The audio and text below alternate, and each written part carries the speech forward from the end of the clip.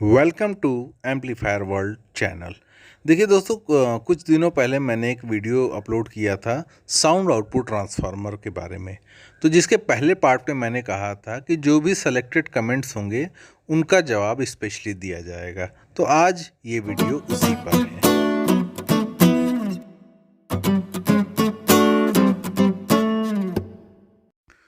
तो दोस्तों, पहले कमेंट से शुरुआत करते हैं। ये है सत्य प्रकाश। इन्होंने लिखा है, सर फेराइट ट्रांसफार्मर में बनाए तो सेट लाइट वेट बन सकता है। तो आपके कहने का मतलब ये है कि साउंड आउटपुट ट्रांसफार्मर को यदि हम फेराइट कोर में बनाएं तो ये लाइट वेट होगा और अच्छा चलेगा। तो मैं आपको बताना चाहूँगा कि साउंड आउटपुट ट्रांसफार्मर की जो फ्रीक्वेंसी होती है वो आपको लगभग 70 हर्ट्ज से लेके 15 से 18 किलो हर्ट्ज के बीच में ही होती है, जबकि फेराइट कोर पर काम करने के लिए ये फ्रीक्वेंसी तकरीबन 100 किलो हर्ट्ज से आगे होनी चाहिए, तभी ये अच्छी तरीके से काम करता है। इसके बाद है दूसरा कमेंट पीयूष जैन। ये कहते हैं, सर जी आउटपुट ट्रांसफार्मर को टोरॉइडल ट्रांसफार्मर में बना सकते हैं क्या? तो हाँ, बिल्कुल बना सकते हैं। इसमें भी सेम वैसे ही प्रॉपर्टीज़ होती है जैसे ईआई कोर में प्रॉपर्टीज़ होती है। तो इसमें भी टोरॉइडल ट्रांसफार्मर में भी साउंड आउटपुट ट्रांसफार्मर बनाया जा सकता है। एके टेक्नोलॉजी। सर मैंने एम्पलीफायर बनाया घर पे 5200 और 1943 का यूज़ मैंने 7 ट्रांजिस्टर का पेयर लगाया और उसमें 55055 का ट्रांसफार्मर लगाया है। उसमें डीसी होकर मुझे प्लस माइनस 72 वोल्ट मिल रहे हैं। तो मैं उसमें मेरा एक ही स्पीकर चला पाता हूँ। अगर मैं दूसरा स्पीकर लगाऊं तो ट्रांजिस्टर बहुत ही हीट करने लगते हैं। मेरा एक स्पीकर 400 वाट का है, तो मुझे उसमें आउटपुट ट्रांसफार्मर लगाने से प्रॉब्लम सॉल्व हो सकती है या नहीं? तो ये इनका सवाल है। तो एक्चुअली उन्होंने अपने एम्पलीफायर में 7 पेयर लगाए हैं, तो 7 पेयर पर 400 वाट का स्पीकर तो डायरेक्टली चल सकता है, उसमें कोई प्रॉब्लम नहीं है। और ओवर हीटिंग का रीज़न हो सकता है कि उनके हीट सिंक जो उन्होंने यूज़ की है उसका साइज़ कम हो या उसमें फिन्स कम हो, तो ये एक रीज़न हो सकता है। और रही बात साउंड आउटपुट ट्रांसफार्मर लगाने की, तो क्लास एबी में तो साउंड आउटपुट ट्रांसफार्मर लगाया जाता है, लेकिन उसके लगाने का रीज़न ये है कि आपको 70 वोल्ट और 100 वोल्ट की लाइन के लिए स्पेशल लगाया जाता है ताकि आप हॉर्न टाइप स्पीकर उसमें चला सकें। इसके अलावा बहुत से एम्पलीफायर 2 ओहम्स लोड को सपोर्ट नहीं करते हैं, तो 2 ओहम लोड सपोर्ट करने के लिए साउंड आउटपुट ट्रांसफार्मर लगा दिया जाता है कि जिससे एम्पलीफायर का इम्पीडेंस इजीली मैच हो सके। इसके बाद देखिए दोस्तों, नेक्स्ट कमेंट है दीपक कारपेंटर। ये कहते हैं, सर ये साउंड आउटपुट ट्रांसफार्मर सब एम्पलीफायर में लग सकते हैं? तो जी हाँ, साउंड आउटपुट ट्रांसफार्मर आप सभी टाइप के एम्पलीफायर में लगा सकते हैं।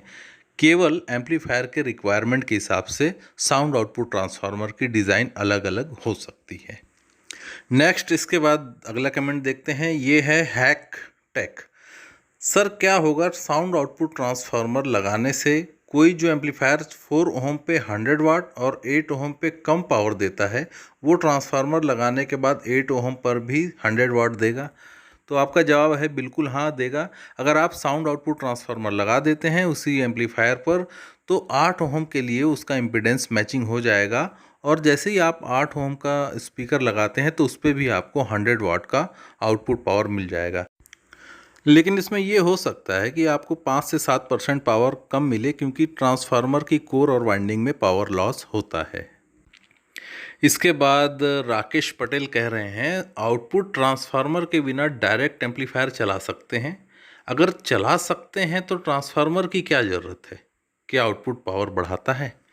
तो आपका जवाब ये है कि साउंड आउटपुट ट्रांसफार्मर से आपका आउटपुट पावर नहीं बढ़ता, केवल इम्पीडेंस मैच होता है। अगर इम्पीडेंस मैच नहीं है तो आपका एम्पलीफायर डेफिनेटली आपको आउटपुट पावर कम दे रहा है, और इम्पीडेंस मैच कर देने से यही आउटपुट पावर बढ़ जाता है। इम्पीडेंस मैचिंग के लिए आप ये समझिए, मान लेते हैं आपके पास एक 100 वाट का लैंप है, और वो लैंप आपके यहाँ जो घर में वोल्टेज आ रहा है वो वोल्टेज कम है, और इस वजह से वो लैंप धीमा जल रहा है। तो इसका मतलब ये है कि वो लैंप फुल आउटपुट पावर नहीं दे रहा है, क्योंकि वो उसको वोल्टेज कम मिल रहा है उसका इम्पीडेंस मैच नहीं है। तो इम्पीडेंस मैचिंग कराने के लिए आप उसके ऊपर एक स्टेबलाइज़र लगा दीजिए, जो कि कम वोल्टेज को स्टेबलाइज़र ज़्यादा वोल्ट में बढ़ा देगा और उससे आपका जो बल्ब है 100 वाट आउटपुट पावर आपको देने लगेगा। सेम ऐसा ही साउंड आउटपुट ट्रांसफार्मर के साथ है। अगर आपका इम्पीडेंस मैच नहीं है स्पीकर के साथ तो आपको आउटपुट पावर कम मिलता है, और ये जो ट्रांसफार्मर है ये इम्पीडेंस मैचिंग कराने के लिए ही होता है। दोस्तों इसके बाद यहाँ 2 कमेंट एक साथ हैं। ये है परितोष मन्ना और अमन कुमार। तो आपका सवाल मैंने पढ़ लिया है, तो ये कहना चाहूँगा कि क्लास डी एम्पलीफायर में भी साउंड आउटपुट ट्रांसफार्मर लगाया जा सकता है। लेकिन दोस्तों यहाँ ध्यान रखने वाली बात यह है कि जिस भी एम्पलीफायर पर साउंड आउटपुट ट्रांसफार्मर लगाया जाता है उसमें शार्प ट्रेबल यानी कि बहुत हाई ट्रेबल, जिसे कि 12 किलोहर्ट्ज़ या उससे ज़्यादा की फ्रीक्वेंसी नहीं होनी चाहिए, क्योंकि ये high frequency sound output transformer में बहुत ज़्यादा लॉस क्रिएट करती है और मेन आउटपुट ट्रांजिस्टर या मॉसफेट हीट हो जाते हैं। तो ऐसे एम्पलीफायर के वर्किंग फ्रीक्वेंसी को कपलिंग कैपेसिटर के द्वारा, जो कि ड्राइवर ट्रांजिस्टर के बेस और कलेक्टर के बीच में लगते हैं कपलिंग कैपेसिटर, इनकी वैल्यू ज़्यादा रखी जाती है। नेक्स्ट दोस्तों सुनील विश्वकर्मा ये कहते हैं क्या किसी क्लास ए बी एम्पलीफायर में ऑडियो आउटपुट ट्रांसफार्मर लगाने से उसकी ऑडियो क्वालिटी इम्प्रूव होती है कि नहीं।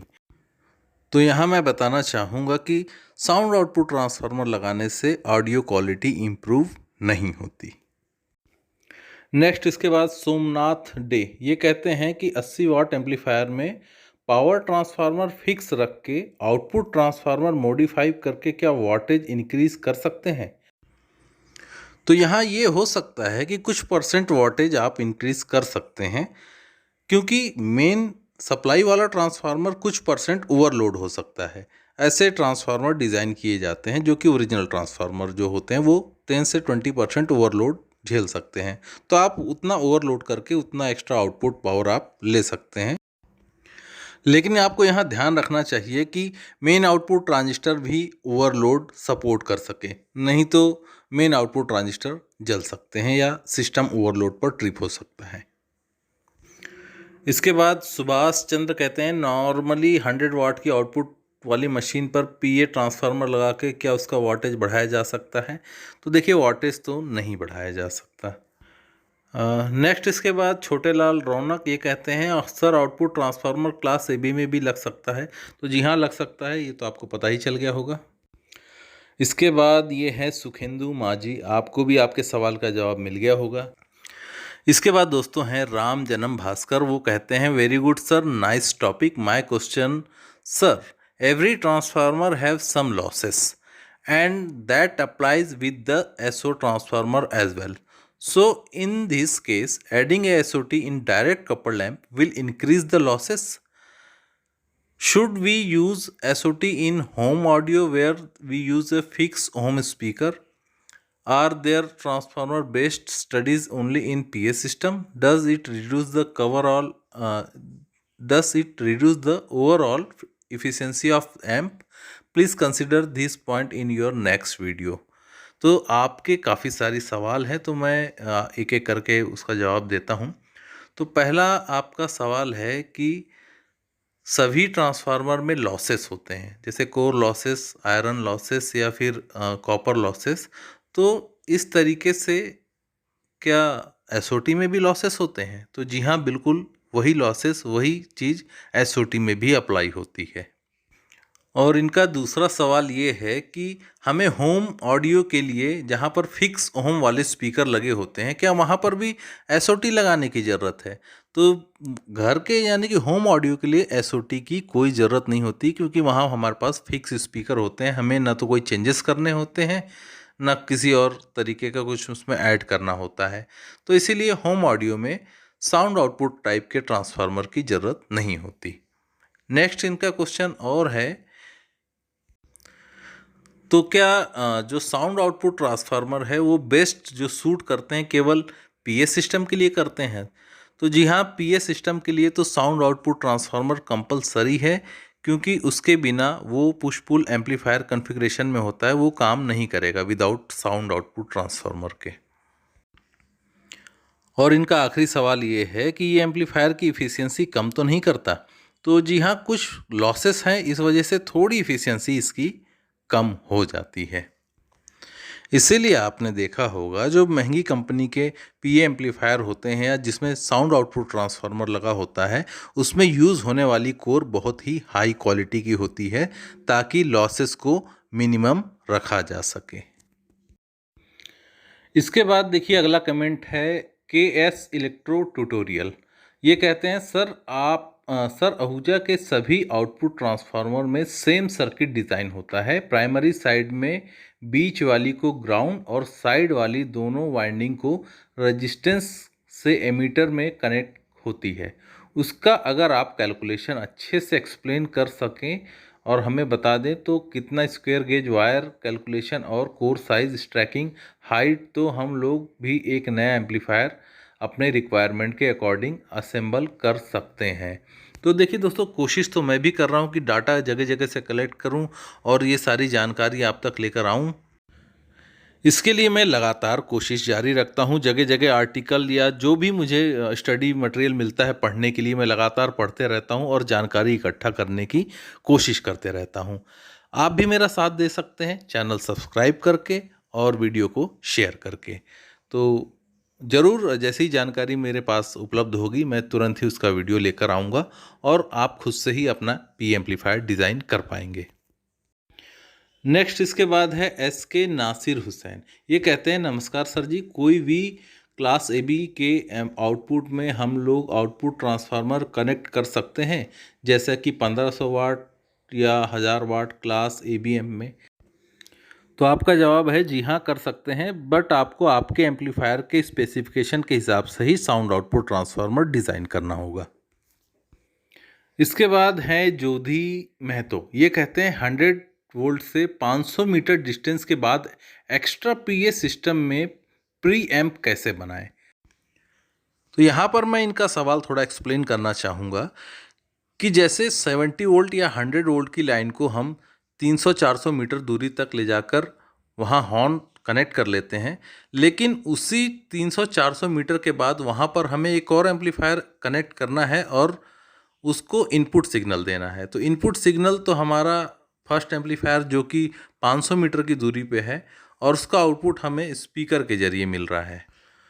तो हमें ऐसा डिवाइस लगाना होगा जो कि स्पीकर आउटपुट को फिर से लाइन आउट में कन्वर्ट कर सके। तो हाँ, बिल्कुल ऐसा किया जा सकता है। इसके लिए आप स्पेशल ट्रांसफार्मर बना सकते हैं जो कि 100 वोल्ट से 1 वोल्ट का लाइन सिग्नल आउट कर सके।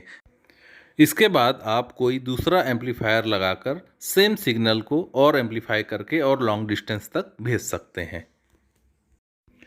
इसके बाद देखिए अंजलि डीजे, इनके सवाल का जवाब तो मुझे लगता है अब तक मिल चुका है, ये रिपीटेटिव क्वेश्चन हो रहा है। इसके बाद नेक्स्ट है राहुल मलिक। इनका सवाल है सर, कपल्ड एम्पलीफायर कैसे खुद ही आउटपुट वोल्टेज सेट करता है, प्लीज़ एक्सप्लेन। तो देखिए, कोई भी साउंड आउटपुट ट्रांसफार्मर के इनपुट में जो सिग्नल दिए जाते हैं उसी के अकॉर्डिंगली उस सिग्नल को कितना और वोल्टेज उसका कितना स्टेप अप करना है या उसको कितना स्टेप अप डाउन करना है, इसका कैलकुलेशन किया जाता है। उसी के हिसाब से उसके वाइंडिंग किए जाते हैं और वो साउंड आउटपुट ट्रांसफार्मर उसी पे वर्क करता है। इसके बाद है दुर्गेश यादव। ये कहते हैं आउटपुट ट्रांसफार्मर लगाने से वाट बढ़ते हैं और क्यों लगाए जाते हैं? तो देखिए, अभी इतने सारे क्वेश्चन हो गए, मुझे लगता है आपके सवाल का जवाब मिल गया होगा। और चलिए अभी लास्ट क्वेश्चन की ओर चलते हैं। ये सवाल पूछा है हैक्ड। तो ये कहते हैं क्लास ए बी के आउटपुट ट्रांसफार्मर के सेंटर टैब में ग्राउंड और दोनों टर्मिनल पे अगर 5200 और 1943 का एमीटर लगा दे तो क्या काम करेगा? तो यहाँ मैं आपको बताना चाहूँगा कि क्लास ए बी में इस टाइप का जो कॉन्फ़िगरेशन रहता है वहाँ पर दोनों ही एमीटर को एक रेजिस्टेंस के ज़रिए आपस में जोड़ दिया जाता है और वहाँ से स्पीकर आउटपुट निकलता है। अगर आप जैसे कि आपने बताया उस तरीके से कनेक्शन करेंगे तो साउंड जो है क्लियर नहीं आएगी, क्योंकि या तो पॉजिटिव साइड का ही आपको सिग्नल मिलेगा या तो निगेटिव साइड का सिग्नल मिलेगा।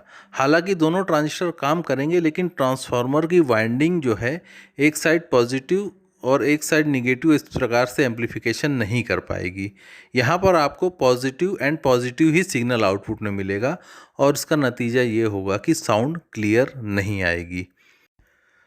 तो दोस्तों यहाँ पर सभी जितने मैक्सिमम कमेंट थे मैंने जवाब देने की कोशिश की, और जिन लोगों के कमेंट्स के जवाब नहीं मिले हैं कृपया निराश ना हो, मैंने उन सभी कमेंट्स को पढ़ा है।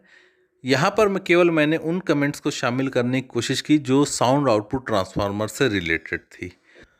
तो दोस्तों अब आज की बातें यहाँ होती है ख़त्म। मिलते हैं किसी और नेक्स्ट वीडियो में, तब तक के लिए thank you for watching and have a nice day.